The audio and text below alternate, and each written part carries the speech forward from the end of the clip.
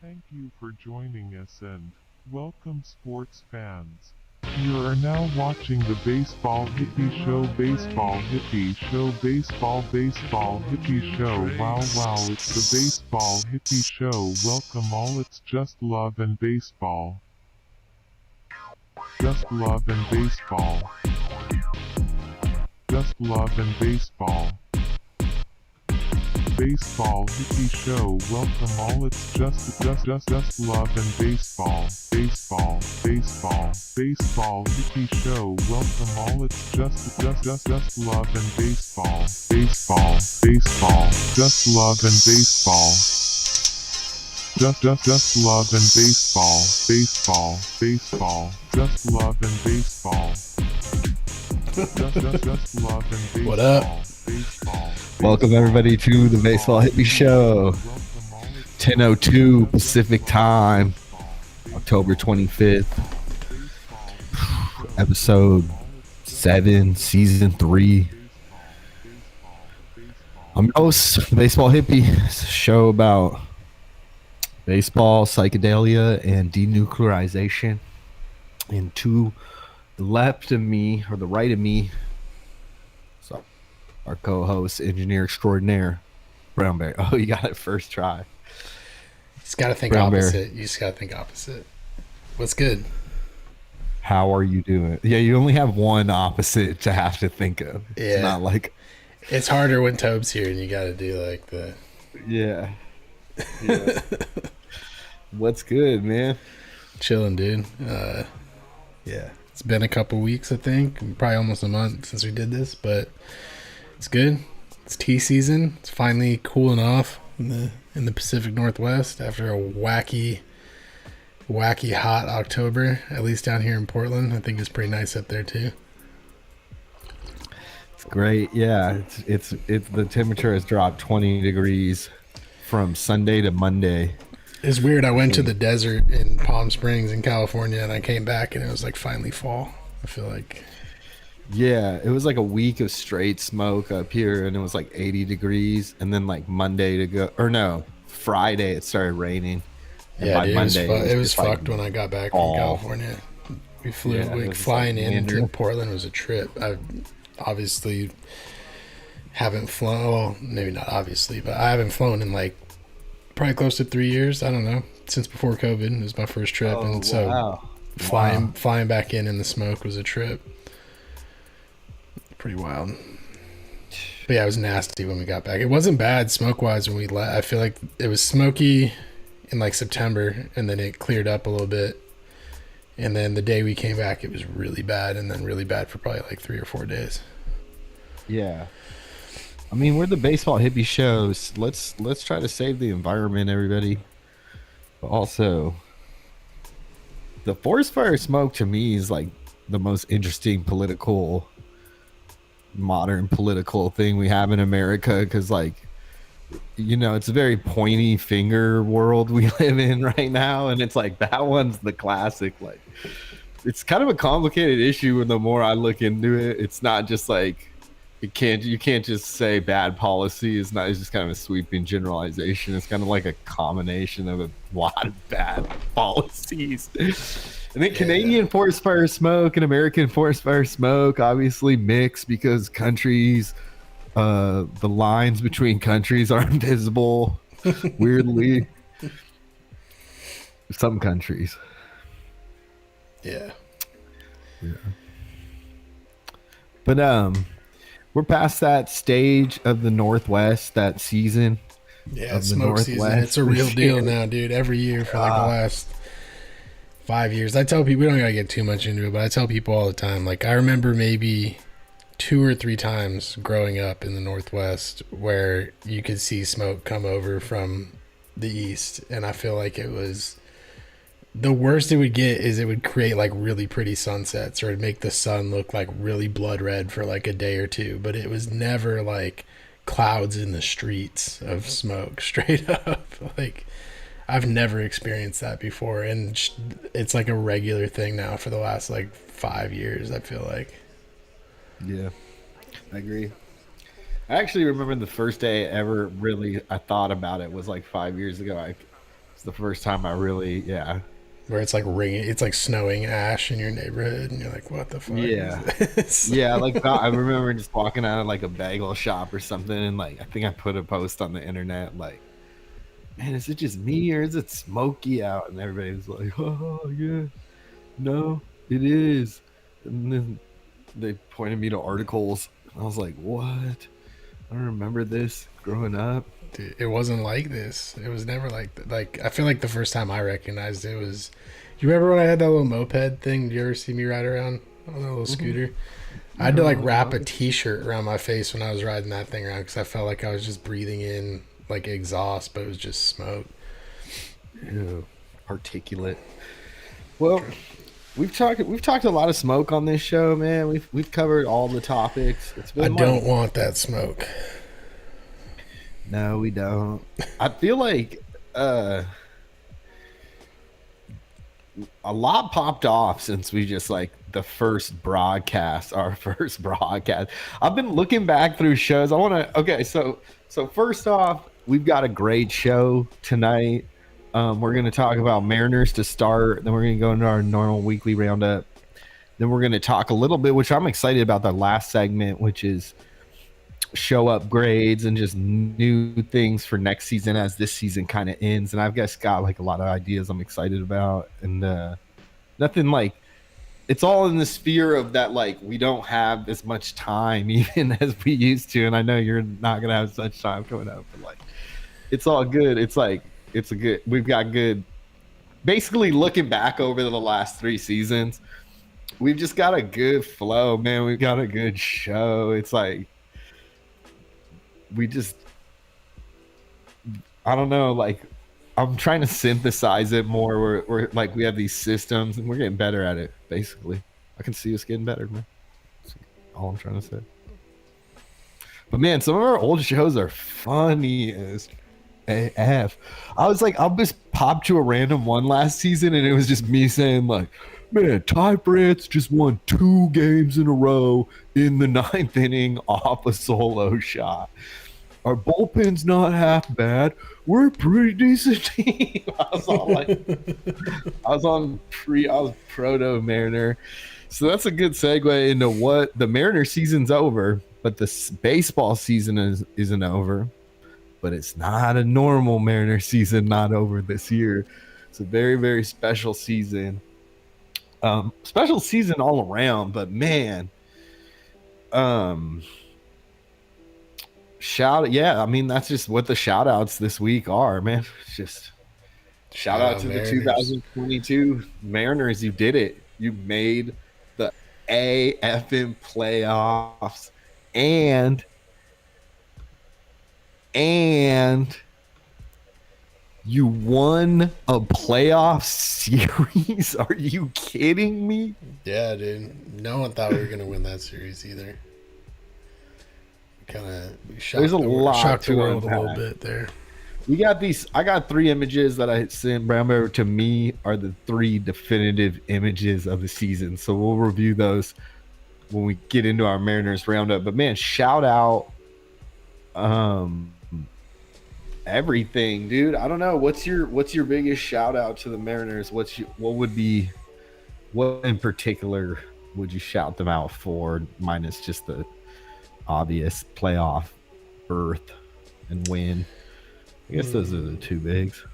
Yeah, I guess, what am I going to shout them out for? Is this for like the whole season or just the playoff run or what?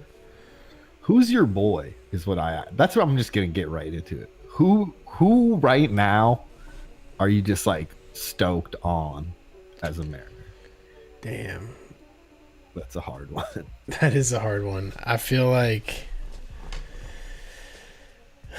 I mean, there's obvious answers like Julio and Castillo. Yeah. And Gilb. Yeah, Gilb and Kirby. I feel like Kirby is my answer. Kirby's my boy. That's a great one. Shout out Kirby. I'd also low-key go, like, I feel like Adam Frazier gets a lot of hate, and I feel like he came up clutch in a lot of big spots and had an underrated season. He's not a power hitter, didn't hit for power, but I feel like he got the clutch factor. I like Frazier a lot. 300 again. We are No joke, which is not out of his realm. He had good. He's a free agent baseball. though, so I don't know if we're gonna. Okay. I don't know if we'll end up re-signing him. And Dipoto made it clear he's looking for. He said recently he's looking for a shortstop that will be open to move to second base. He wants a shortstop free agent that'll move to second base. So it doesn't necessarily seem like the top of the shopping list is re-signing Adam Frazier, at least to a starting position. Man. And if I'm Adam Frazier, I want to play every day. I don't want to sign a contract to be a bench player. But I could see if the vibe's right and if he isn't feeling moving on and he wants to stick with the Mariners, I could see him moving into kind of a bench role. But he can play outfield too, can't he? He played. Yeah, he can play. I mean, I feel like he can play second base. He can play shortstop if he has to. He's probably not the best shortstop. He can probably play third if he has to, but he can play both corner outfield positions. So he's. I think a downside of him off the bench is he's not super fast. He's not like Ty France slow, but he's definitely not super fast. And yeah. So I don't know. I could see that happening. I could see us striking out on getting a bigger shortstop. Because, I mean, I don't know. I think the options out there are like Bogarts, Trey Turner, Carlos Correa, and Dansby Swanson, I think, are the biggest four free agent shortstops. I bet you Dipoto wants Dansby Swanson. It just seems in my opinion, there is 0% chance that he doesn't stay in Atlanta. He's from Atlanta area.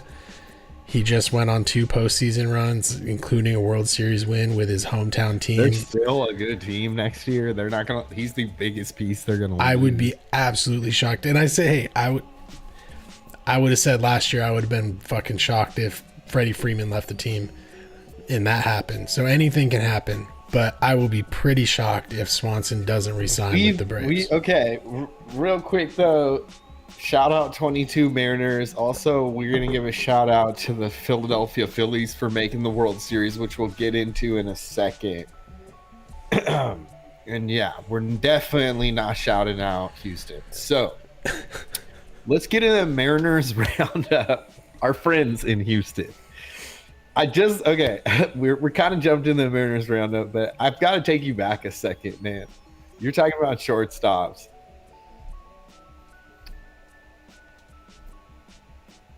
I'm Dansby, Xander, elite level shortstops. But I've never even thought about this until you hit record and said that. But what I kind of weirdly I'm going to say it out loud. I could see, I could see Carlos Correa go into the Yankees is like a definite. But he should think about the Mariners because we'd probably give him a big payout, which I would hate because I think he's a little overrated. But the amount of troll level it is to Houston Astros might be enough that we need to get through the proverbial hump, which is what we really, which is the elephant in the room now. We beat Toronto.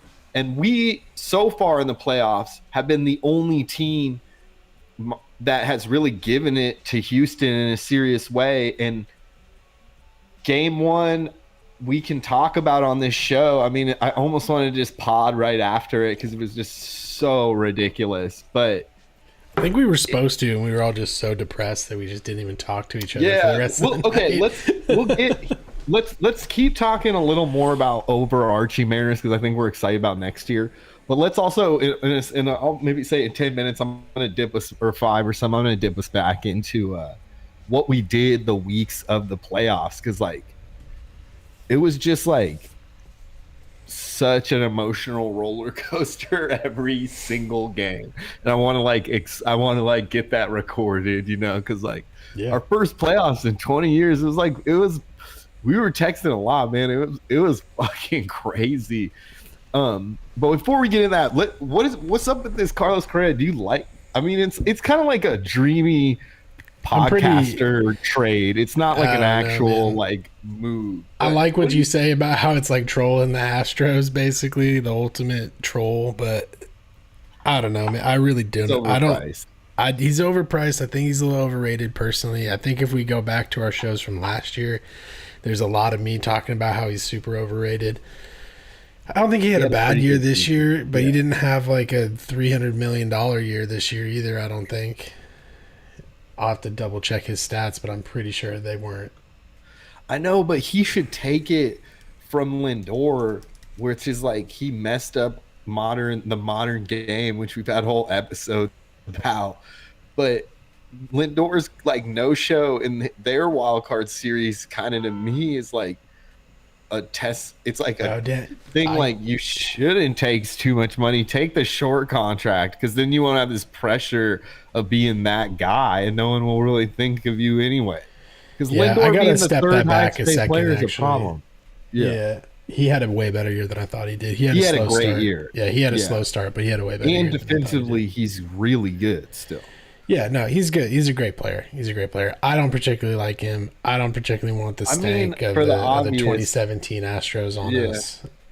I'd prefer, my ideal thing would be, and I think the most realistic in terms of what DePoto has talked about is because he is, at least in the public, is sticking with JP at shortstop. I could see if we get Correa. And Correa's like, because there's no fucking way Correa's playing second base, especially not over JP. And I know JP had a down year defensively, but I feel like single year defensive metrics are pretty like unreliable. I think they're pretty unreliable. You have to look at the bigger picture, and he isn't a terrible option at shortstop. JP defensively, I think there's a lot better offensive shortstops for sure. But I think a more realistic play, I guess what I'll get to is what I'm trying to say here is that trying to get like Bogarts on the team to play second base. I could see that dude moving to second base because he's kind of already like done his thing at shortstop. He's not like what's Correa's like 26, still 27 probably. That's an interesting comment by Dipoto though. Because he's like inferring that he's going to go after the big shortstop free agents that are on the market this year. It seems that's what he said. That's basically what he said. But he's going to try to get them to play second base, which to me kind of like cuts out a certain amount of them because I don't think. First of all, like I said, I don't think Swanson's leaving Atlanta. I don't think Correa is ever going to play second base. He's going to play shortstop till he dies. I could see Bogarts moving for the right deal. I could see. I don't know. I don't know if Trey Turner would want to play second base. Trey Turner's not a great defensive shortstop. He's not. He's a good offensive player, but he doesn't have the best defensive metrics. So I could see him moving to second base, but I could also see like he's coming off a great year in the outfield too. Yeah, and a great postseason too. I could see him looking for the bag, and I could see him wanting to play shortstop. I'm gonna imagine Trey Turner gets paid the most out of all the people you just listed there. That's what my mind tells me. I don't know the ages on everybody, but that's just what my mind tells me. The market's obviously got its own weirdness, but man, you just planted a seed because I'm full. I'm a podcaster and I'm a hippie. So Carlos Correa to me is the best idea on a short contract. Whatever, overpay him. I think him and Crawford would get along hecka well. I don't think Crawford I don't know about the whole who would play where, but I do believe. Well, Crawford has said that he would move off short for the right, like if that's what the team needed. He's like a team first. I feel like he would be in a monster second base, and although the shift is different this year, he's like he lays out for balls and he can, Yeah. I mean, yeah, I feel like it hasn't been solid. I guess my point is it hasn't been Crawford who said I'm the team's shortstop. Whoever comes in needs to play second base. It's Dipoto who's been saying that. I think out of loyalty to JP because they just signed this extension with JP earlier this year. But again, I feel like JP's been publicly stated that, hey, I'm down to play second base if that's what the team needs. Yeah. So who knows what's going to happen there. Okay. Oh, man. Trey Turner also feels like Dipoto's wheelhouse because he likes speed. Is how I feel, right? Yeah, I mean, we need speedy guys on the base paths. He would be Trey Turner is a fast. He'd be a weapon for sure. He'd be a weapon for sure. I'm curious. Yeah, I'm curious if he's interested in playing in the Northwest, because a lot of people he's from the East Coast. I feel like he's from the East Coast. That's the thing, is like, we can talk a big game about who we're gonna get, up to the players. Yeah, absolutely. And I think they want to play in Seattle. And I think 1 year of like getting to the ALDS might still not sell people who will probably be getting offers from places like LA, New York. But the smart player will. That's why, weirdly, I can't believe you just said that. I never even thought about it. I know. That's why Correa feels. He just went on TV and said, "My catcher," referring to the Astros catcher, and it's like you feel like they replaced him. They just straight up got their new MVP of the ALDS, this like superstar kid, and like, how's he supposed to feel? I feel kind of chunky about that. I'd be like, what? I put you on my back, dude. I literally hit a walk-off homer in a World Series game, didn't he? Or like something like that. He hit a walk-off homer in a big game. It's like, you're talking about no respect. You're talking Correa. About, oh, Correa? Yeah, getting replaced by Pena. He straight up married the teenage Miss America contestant of Texas. Or maybe she won it. She was the 2017 Miss Texas. And it's like, they just ship him out, and he's supposed to just act like, oh yeah, everything's cool. They offered him money, but he turned it down. Yeah, because he's a big dog. He wants the big dog money, but how to get back at him? A 2-year Mariners contract where you know that you're gonna face them. You know. Yeah, no, that'd be cool. I like the story. I don't particularly love the idea of Correa on a team. I'm not sure how a dude like that fits into like the good vibes only culture that they're trying to go with. But hey, maybe Correa is way chiller than I think he is. But yeah, well, either way, man, it's like a podcaster trade. It's like it's like a classic. Like, there's no news about that. There's no, like, you could literally ask Carlos Correa tomorrow, would you ever play in Seattle? He might just be like, nah, I don't really fuck with Seattle. And then it's like, okay, that's enough to know it wouldn't happen. But let's get into this other thing, man. I think the reason I'm even excited about this is because I do feel like we are a big dog to Houston. We have finally broken a seal. I don't know if we're going to beat them next year. I don't know if it's going to be the year after that. But I want you to tell, like, were you working during game? Did you have the game on? Were you able to have the game in the background on the radio or something during?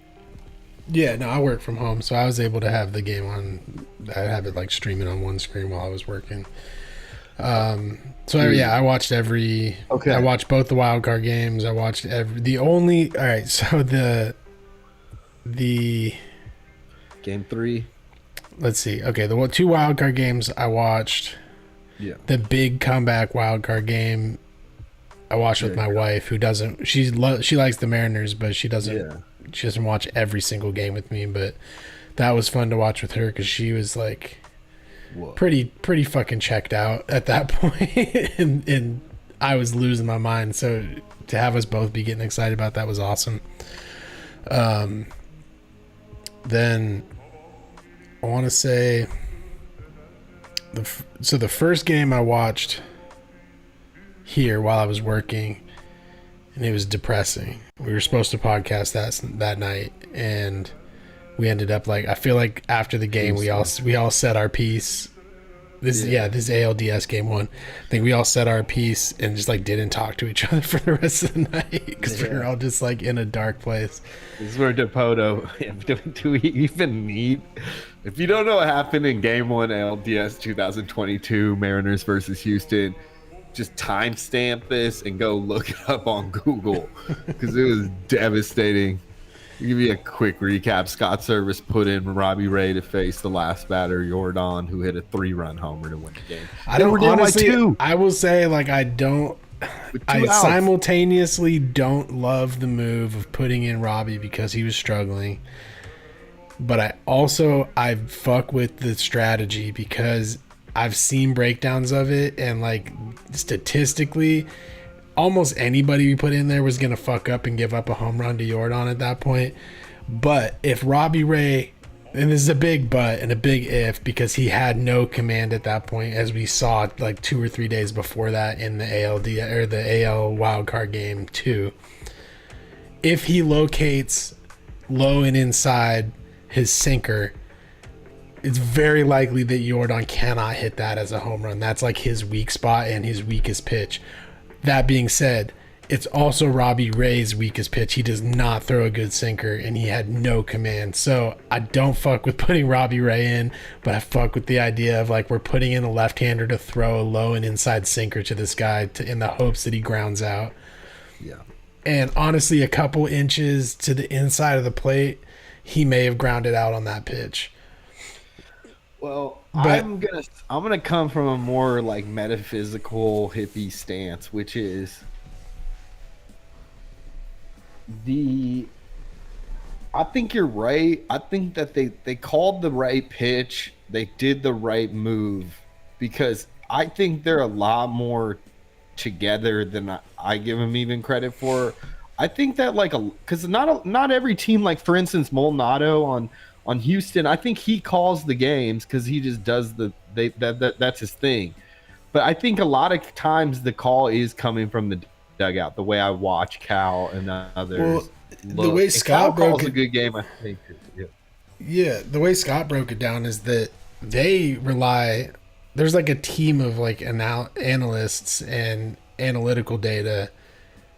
And I'm sure Jerry and I'm sure Scott and all of them get together and they like talk through these scenarios before the game. Yeah. So like, it's not Scott just like making this up as he goes, as much as some people want to put that blame on him and just say like, oh, he doesn't know what the fuck he's doing. Why put Robbie Ray in? Yeah.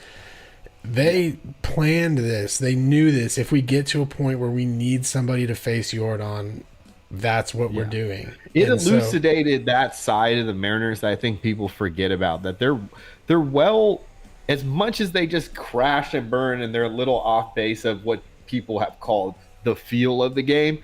I do respect that there is a game plan, which to me translates that everybody knows their role, and that's kind of championship material to me. So I feel like that's what the big dogs do. Yeah. However, I didn't, feel of the game. I don't know, but the metaphysical part of the good vibes only, I truly believe in. Again, I never really I thought it was cool, but I really believe that the fabric of this team is World Series potential, and I don't even say that as like a starry-eyed kid. The reason I say that is because I knew going into this playoffs that response from every playoffs I've watched, and I watch a lot of playoffs without the Mariners, response is bigger than action. Like almost scoring runs to begin with is never a good thing. It seems like not a good thing. That's an overstatement, but it's like how you bounce back is what's going to eventually make your team when it comes to playoffs, to me. And the way they bounce back from that game, I saw that middle infield of Houston make 2 big plays. We could have ran away with that game too, which made me also think, man, middle infield's an interesting defensive scheme, because even those 2 big plays were not on shifts, or at least one of them wasn't. It's like Altuve got to that ball and threw Julio out, and he was playing like pretty local second, like he would without a shift. Mm-hmm. And I was surprised because I was like, man, that's old school baseball, where like that middle infield that cuts off the middle ball you can still achieve that. And the Mariners, I think, have that. This is in game 2 you're talking about? In game 2, yeah. And I got to say is, from game 2 of the wild card and game 2 of the ALDS, we're different. We are dogs. We are better when the lights are bigger, and we have synthesized everything. All like I'm surprised Kel, no offense to Jared. I know we dog on him a lot, but I'm honestly, he was just there by happenstance. It's like there's so many earners on our team that like in the future you will not get free at bats on the Mariners, and that's kind of a circumstance of we're getting a lot better and we still have a good farm system. So I'm like that's number two, is like I really feel like we're one of the grittiest teams in the league, and we're going to continue to be that. And it translates to good vibes only to me, because it's like a gritty, but it's also like a fun thing. It's like we kind of like play with this thing like we are the underdogs. And I just think until we win a World Series, we're just going to be the underdog. There's just no way you can call the Mariner not the underdog, which is a great chip, man. It's a great thing to have. Yeah, love it. Yeah.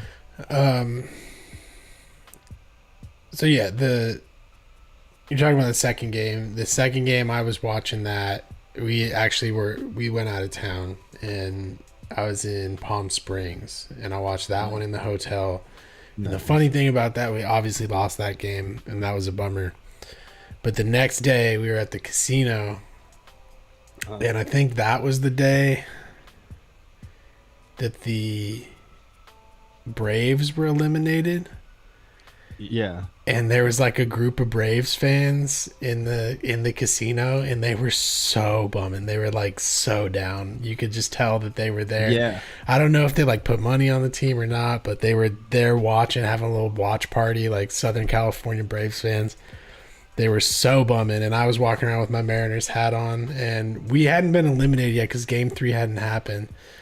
But it was just really like there's like a connection. As I like looked at these Braves fans, just like gave them a tip of the hat, and they saw that I had the Mariners hat on, and they had the Braves hat on, and we were like commiserating together over our teams not performing to how we wanted to. So that was pretty funny.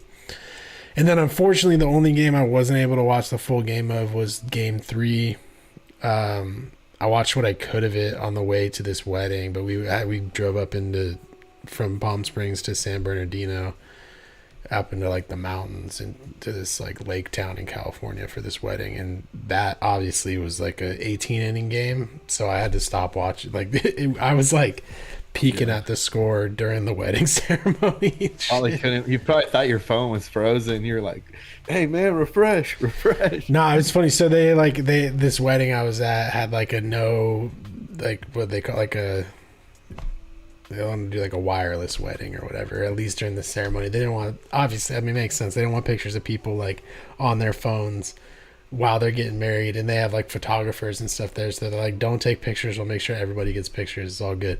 So I, being a good wedding guest, put my phone away for probably like an hour and then checked back in, and the game was still fucking going. Yeah. But yeah, so that was my experience. I watched every game. Me and Tobes watched 2 of the games at my place. Josh and I got to watch all the games. James, man, everybody. I had 2 people fly in. We had Josh fly in. We had from Chicago. We had Josh Jacob Jingleheimer Schmidt, who's been on the show. We had my friend James fly in from Texas. It was a glorious thing. Friend Pete from Bellingham. The last game I watched at my girlfriend Katie's house, and I fell asleep on her couch because I think deep down I was like, if they're going to lose, I don't really want to see this. But if they're going to win, then I'll wake up and be like, ooh, another game on tomorrow. But I just like woke up in the 13th and it was still going. And then I woke up in the 14th and I remember just being like, man, should probably wake up and watch this, man. Like, this is pretty deep. And so I watched from the 14th to the 18th, which was great baseball. And yeah, I mean, that game just proves, I think we're the grittiest team in the league. The whole league is on watch. We've outperformed even, I don't know about your expectations, but my expectations have been blown through. And like, I'm carrying the swagger into next year that we're going to be at least making a bigger shot at the division. I don't see us getting worse. And the new schedule is going to be an interesting piece of that, I do believe, as it will change the rest of the game. because now every team plays every team next year, right? Yeah, Which is a and lot way less interdivisional matchups. Yeah, because we used to play 11 games against everybody in our division, but that's going to change. Yeah. That's a So great it's like point. 40 games. It's like 45 games, which is like that's like a quarter of your games, right? Or no, it's like a third of your games because it's like 160. It's like roughly a third. You can argue whatever, but I just want to real quick about the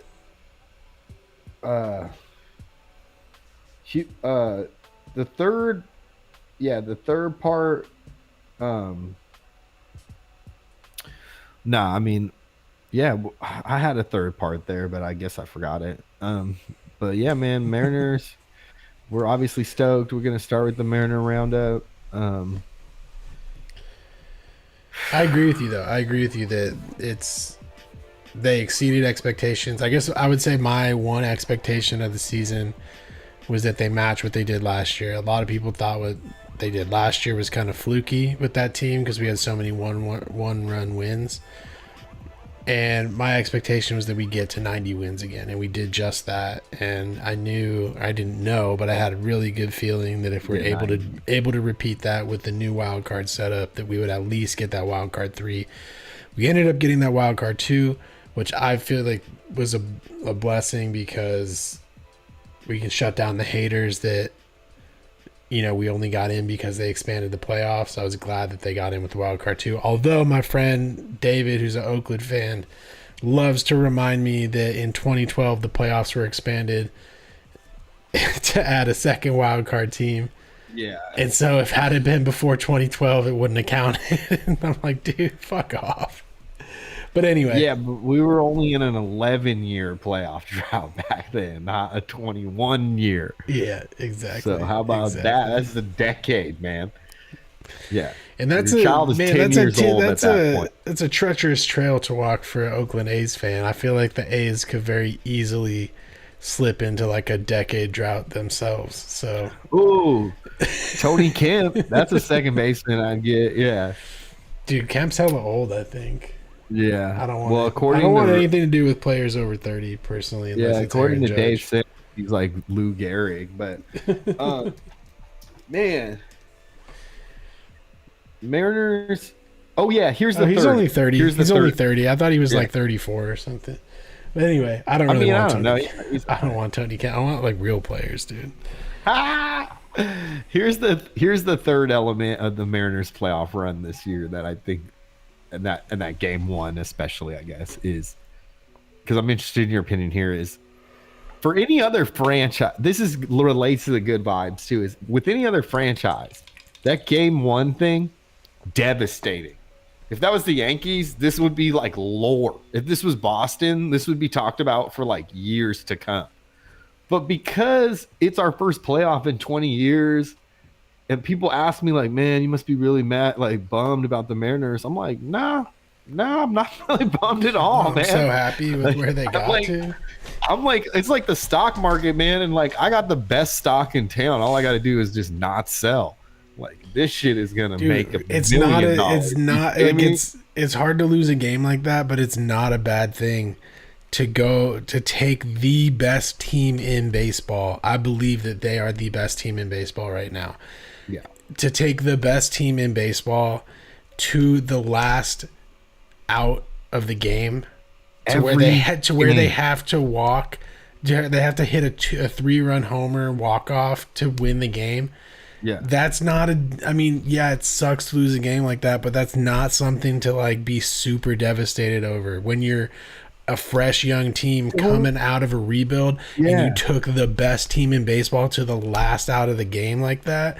2 games in a row, like exactly, and 3 games in a row. 3 games in a row. All 3 games, we had a tying run up to the plate in the 9th. Yeah, all 3 games except game 1, we were winning by 2. So like same. But honestly, I can admit that the gap between our skill level and where we're at right now, and the gap in where the Astros are and their skill level right now is pretty vast. Like, I think that we're one of the best teams in the American League this year. I would argue we're better than the Yankees. I think their playoff performance was not as good as the Mariners. And for us to stand up to a giant like that in the Astros and to look as good as we did, yeah, it sucks to lose those games like that. There's nothing to be mad about there. Nah. I'm going to even go on a limb because I'm a huge Mariners fan and say that if we see any signs of cracking in Verlander, we have a chance to take the division. That's just how I feel.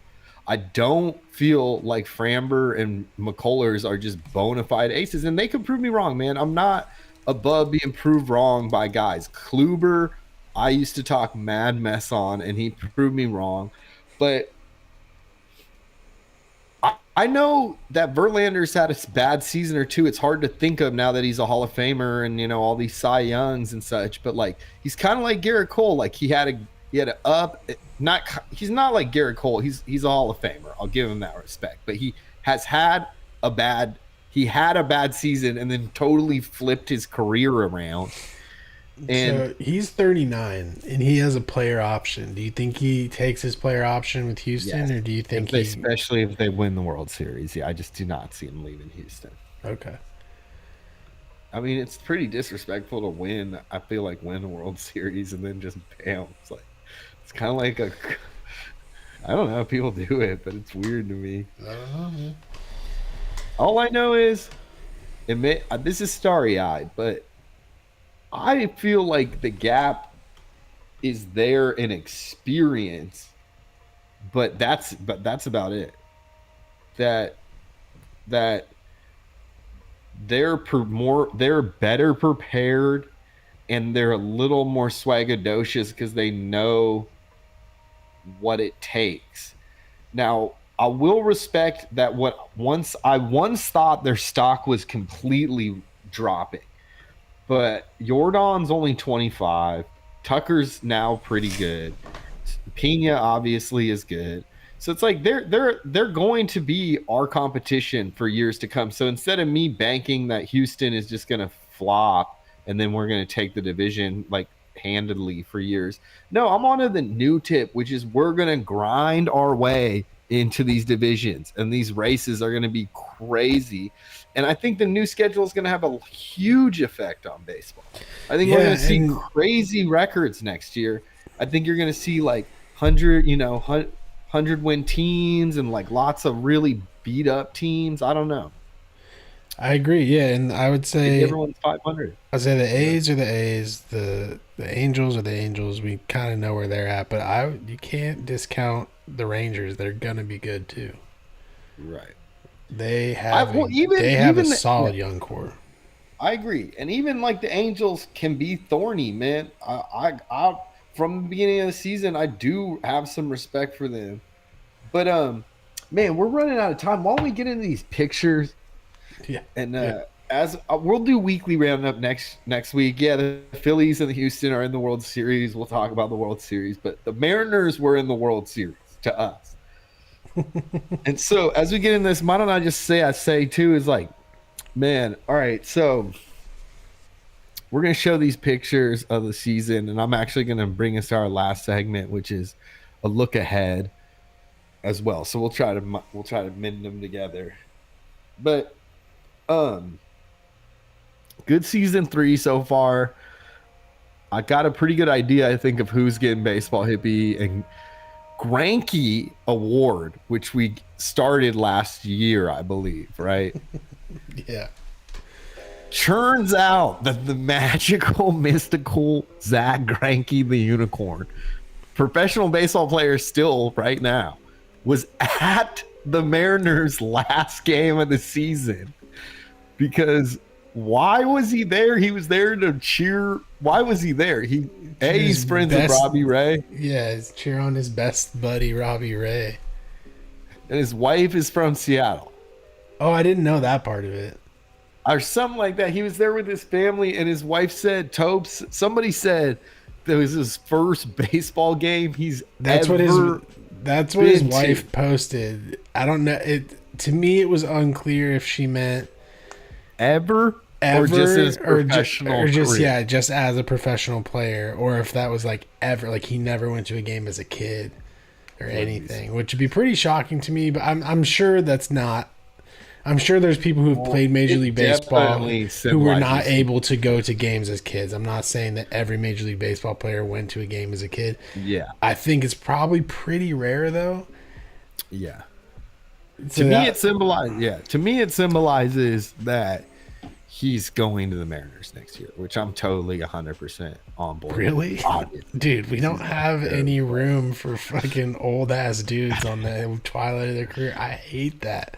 That's my least favorite kind of contract. Don't give any money to anybody. You're talking about mortal men, dude. Nah, dude. Talking about the great Zach MF and Grangster, man. Nah. All right, I don't think anybody's ever called him Grangster, but anyways. Okay, so I got some ideas I'm gonna throw out. Okay, first off, shout out to Tobe. He's not on. He's at his friend's party today. He's been an integral part of season 3, man. Love Tobe on the show. Glad we have him. Now we got a 3-man unit. He's great. The energy's great. What do you think, Brownbear? Tobe? Tobe's awesome. Love Tobe. Yeah, dude, he makes it flow. Yeah, it's great. But there's a but there, which is he's literally not done a single social media job. Now he got a new job when this popped off, but man, I'm gonna get on him that he needs to get our YouTube up, because I got this new thing going for next year. I'm thinking, which is we gotta look into monetizing more. I know we have no viewership, and we're like, but our content is pretty set, and if we get a little bit of like a momentum, we could maybe, I've been listening to a lot of podcasts and watching podcasts, and I'm starting to, I think I understand the game more. So we play our own music mostly, right? So we can look into we got to look into monetizing. We don't do the videos anymore.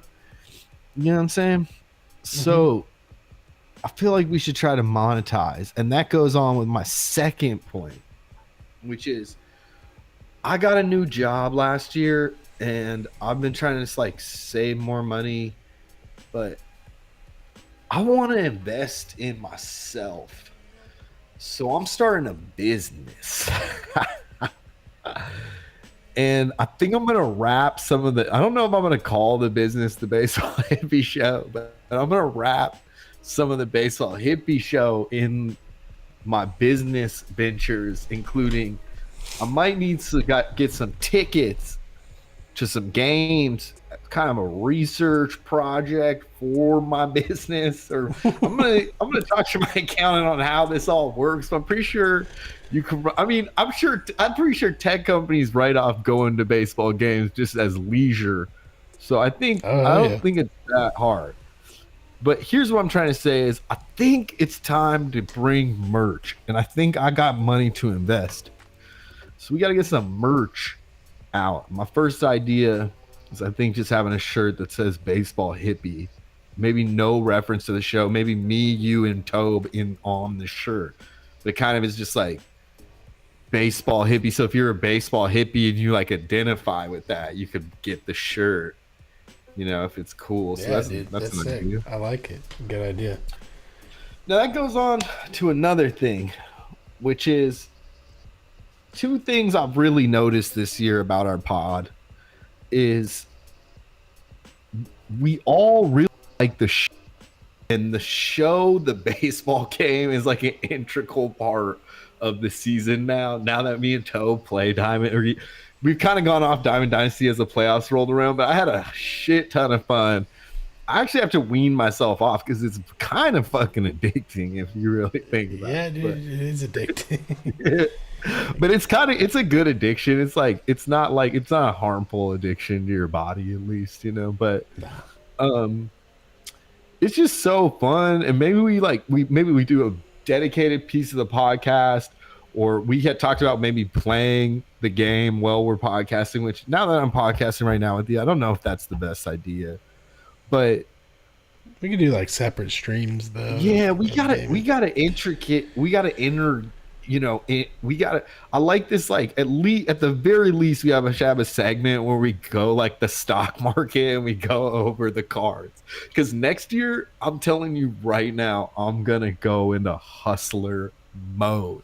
I am going to figure out who the biggest. Like I'm gonna keep my eye to the, save my money. Just keep my ear to the ground, street level. And when I know a player is about to have a big ass month, I'm just gonna scoop like 1,000 of that players. Like if I got like 10 Jose Ramirez's, I would have been a millionaire within the first month. You know, it's like guys like that. Yeah. So we gotta tell our fans, you know, get them hip to what cards to buy. I think that's big. And then a second part, last part of this kind of show revamp is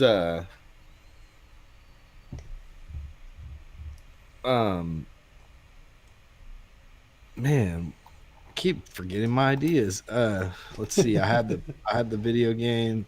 We like video games, and we also man, merch, video games, and what else?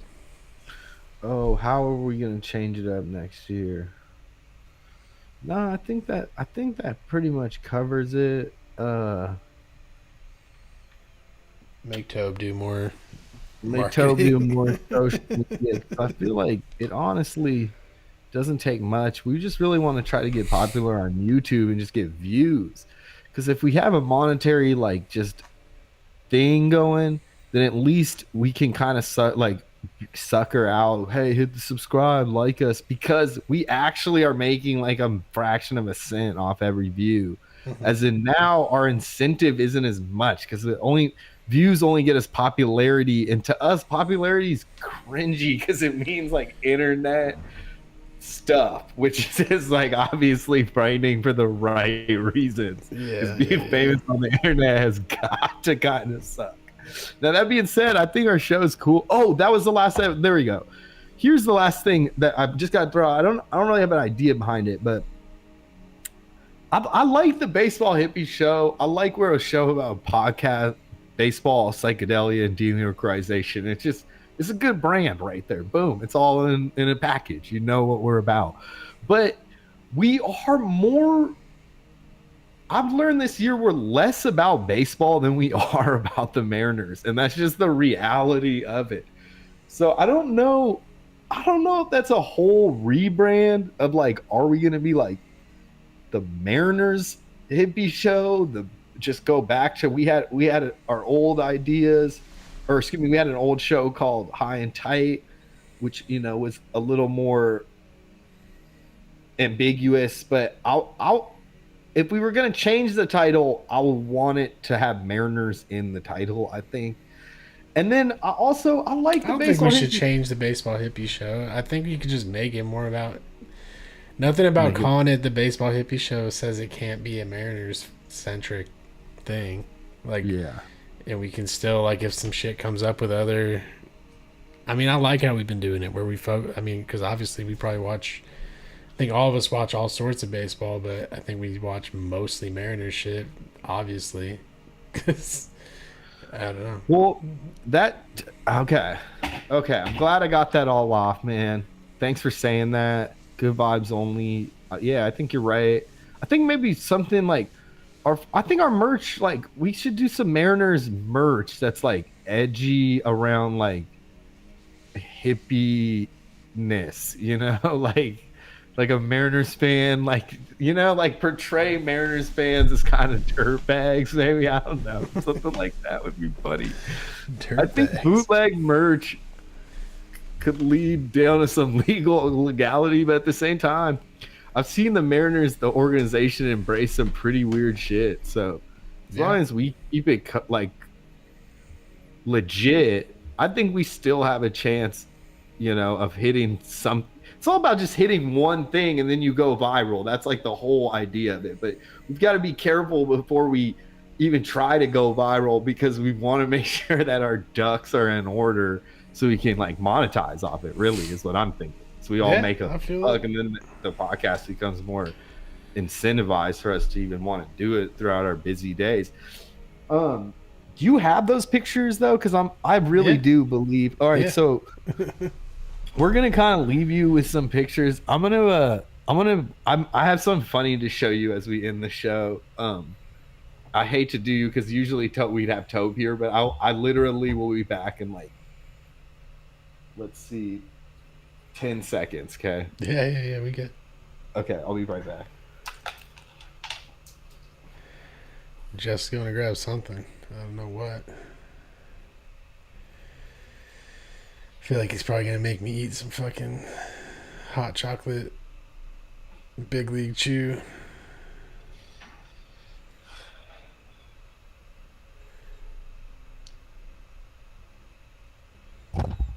Don't tell me. Oh, shit. This is my Halloween costume. Oh, no shit. You're the Mariner Moose. I made this, by the way. Oh, no shit. With some felt at my mom's crib. Bro, that's sick. I love making shit with felt. Let me get it straight so we really know what we're working with here. It's hard. Okay, wait. It's hard to tell which one I'm holding, but all right, there we go. So yeah, I'm supposed to be a moose here. I'm wearing this into my office tomorrow. That's what's up. Shout out! I'll probably be a Mariner Moose for Halloween. That's what's up. So yeah, I'm gonna wear these moose. What do you call them? Antlers. Yeah, dude, that's sick. I was worried you were gonna bust out the hot chocolate Big League Chew and make me take it. Oh, dude! Do you? Yeah. No. Tobe, we gotta get Tobe. So yeah, at the beginning of the season, we had talked about if we make the playoffs, Brownbear's guy, we both have to eat our chocolate milk gum Big League Chew. I have the pack right here. Also, next episode we'll talk about Juiced, which I haven't started. Jose Canseco's book. But yeah, I still have that gum, man. It's right here. It's not here, but it's in my apartment. There it is. Let's try it out, man. So next episode, you can look forward to us eating that. I'm not looking forward to it like you, but it comes the winter season. I don't know if I'm looking forward to it, but chocolate flavored gum just weirds me out. It's fucking weird, bro. But hey, a deal's a deal.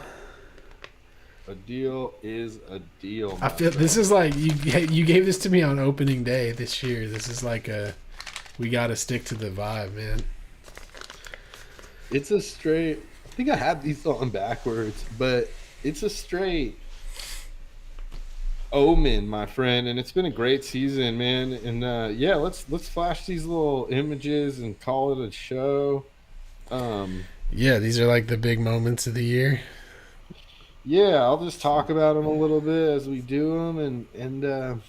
Yeah, man, it's good to be here, dude. It's getting sentimental, man. It's the end of the era. So yeah, we'll start with the Winker double flick off. We'll get more into the Winker situation in the off season. I feel like that's an off season discussion. Although Josh dropped an interesting article in the chat, or was it you? I think it was Josh. Yeah, Winker, good chance he's not back next year. But again, we'll talk about that later. But this is the fight that I would say changed our season, but our season was already looking on the up and up. This was just the solidifier. We are better than the Angels, which was just crazy. We were 10 games under weeks prior to this picture being taken. And yeah, talk about lighting a fire. So crazy. So that's the famous Winker flicking off the whole entire Angels fans, which is like so pretty beautiful. Pretty beautiful. So crazy, man. Stay classy. Stay classy. Oh man. Remember, you want to talk about this one, man? Yeah, I didn't get to see this when it happened because I was driving up from Portland to Seattle to go to the game the following day with you and your dad. and my wife, and I heard this in the radio. I heard Rick Riz call this call. This is the dump heard round the world. Big dumper. The dump heard round the Northwest. Big dumper Cal Rally sending us to the postseason with some fucking backyard baseball bullshit, man. Like, bottom of the ninth, he's a pinch hitter, works a full count. There's 2 outs. And he cranks a fucking walk-off home run to send the Mariners to the postseason for the first time in 21 years. Absolutely beautiful. Goosebumps, and then man. we find out that this motherfucker has been playing with like a broken thumb and like sprained wrist or some shit for the whole time. Like, he did this with a sprained wrist, or I can't remember, whatever. I don't know what the second injury is, but like chipped bone, sprained wrist, something like that, and a broken thumb. Dude's a beast. And I think on top of this, it set the record for regular season home runs by a Mariners catcher. So just big moment all around for the kid. He'll forever be known as the big dumper, man. His name's not even Cal anymore. He's embraced it too. I think at first he was the first few times I saw him asked about it, he was like, I don't know. Yeah, that's what they say. And then like since this, he's just like totally embraced it. He's like, I am the big dumper. It's crazy that Jerry Kelenic gave him his nickname. You know, another nickname. You know, a lot of nicknames were earned this year, including Big Dumper. Also, Walter. I like that one. That's Gilbert. Oh man! And then the last one. This is my favorite image of the season, to be honest with you, because, like I said, it was a good season. We had a good. Everything went well. Everything went great. And this guy is going to win a Rookie of the Year, and he did a great job. But something about him being extremely disappointed right here just made me have the most goosebumps, because it was like, I think everybody else is kind of along for the ride, and I feel like he knows the gravitude of the situation, and he's just the right dude for the right time. I just believe this is the kind of guy you do not want to put a chip on his shoulder, and that's what the fucking Astros just did. Yes. I believe that this guy will bring the Seattle Mariners to the promised land, and this image will be the beginning. They will look back on this image and be like, man, he's fun, he's good vibes, but he doesn't play. That's my favorite part about him. That Atlanta game where we had just given up 5 runs, and he came off the field and was shaking his head like, I'm not letting this happen. And then he comes out and just immediately hits a home run to tie it up. That was when it just dawned on me that this kid is just not to be messed with. That it's all a facade, the fun and the YouTube. He's a chill dude, but he's got what the greats have in their spirit, which is he's a fucking dog, dude. He's a killer. He is there for one reason: to win games, lots of games, and score lots of runs. And I'm just proud. I mean, I don't want to put too much on him, because we know what that does, man. You know, it's like you can't just rely all on one guy. But man, I want to paint a picture of Jared and Julio like Master Splinter and like the Teenage Mutant Ninja Turtles. Like, I swear, Jerry. I always say Jerry and his son Julio, because I swear those two, I swear in my heart, want to win a World Series more than anyone, and that makes me feel good, man. I really think 100% trust in Jerry after this year. I had it before this year. I've been down with Jerry since the rebuild, but yeah, 100% faith in Jerry.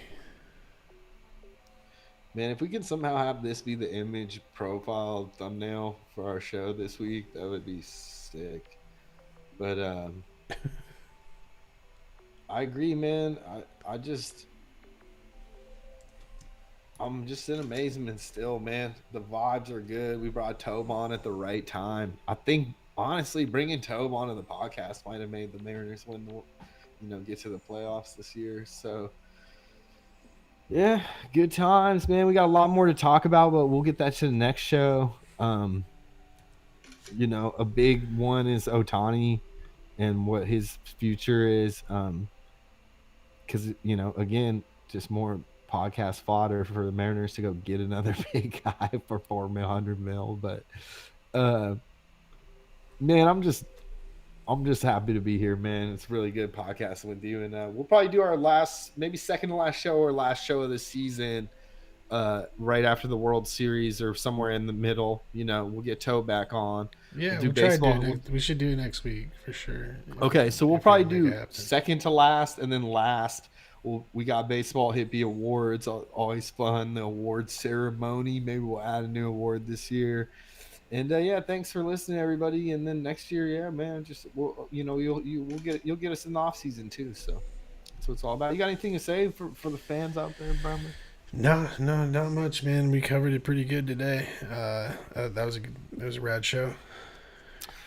Dude, we're getting radder. I think I'm seeing this. That's the last thing. I'll bring it into more, but I'm also going to try to wrap up more horoscopes into our like whole podcast, because like that's what I bring to the show is like when I'm listening to these astrology podcasts, thanks to my girlfriend, and like I don't know, just being aware of where the planetary, like what they say about the planet, what the opinions. They're just opinions, Huh. All right.